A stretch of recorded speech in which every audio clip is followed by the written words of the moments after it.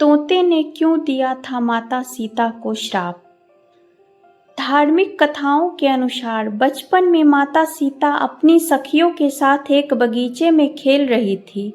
तब अचानक उनका ध्यान पेड़ पर बैठे तोता तोती के जोड़े पर गया। ये जोड़ा माता सीता और प्रभु श्री राम को लेकर आपस में बातें कर रहा था, जिसे माता सीता छुपकर सुनने लगी। तोता तोती आपस में बातें कर रहे थे कि भविष्य के महान राजा श्री राम जन्म ले चुके हैं। वे एक महान प्रतापी राजा बनेंगे और उनका विवाह राजा जनक की पुत्री राजकुमारी सीता से होगा। तोते के जोड़े से अपने बारे में सुनकर माता सीता आश्चर्यचकित होकर उनके पास पहुंची और तोते के जोड़े से कहा कि जिस राजकुमारी सीता की आप दोनों बात कर रहे हैं, वे जनकपुत्री राजकुमारी सीता मैं ही हूँ।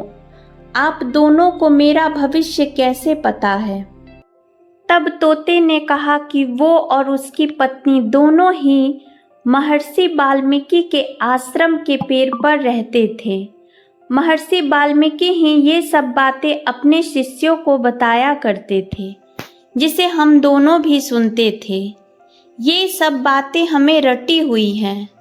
अपने भविष्य के बारे में और ज़्यादा जानने की इच्छा से माता सीता ने तोते के जोड़े को अपने साथ महल में रहने की इच्छा जताई, जिसे तोते ने अस्वीकार कर दिया। माता सीता अपनी जिद पर अड़ी रही और दोनों को पकड़ने की कोशिश की। तब नर तोता तो उड़ गया, पर उसकी पत्नी मादा तोता सीता माता की पकड़ में आ गई।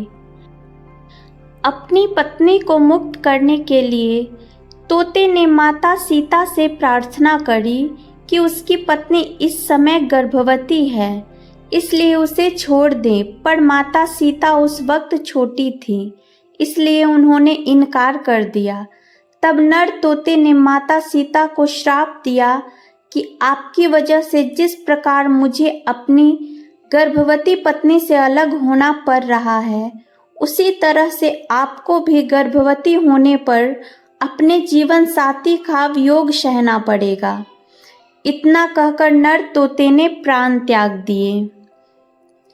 बताया जाता है कि तोते के श्राप की वजह से ही माता सीता को प्रभु श्री राम से अलग होना पड़ा था।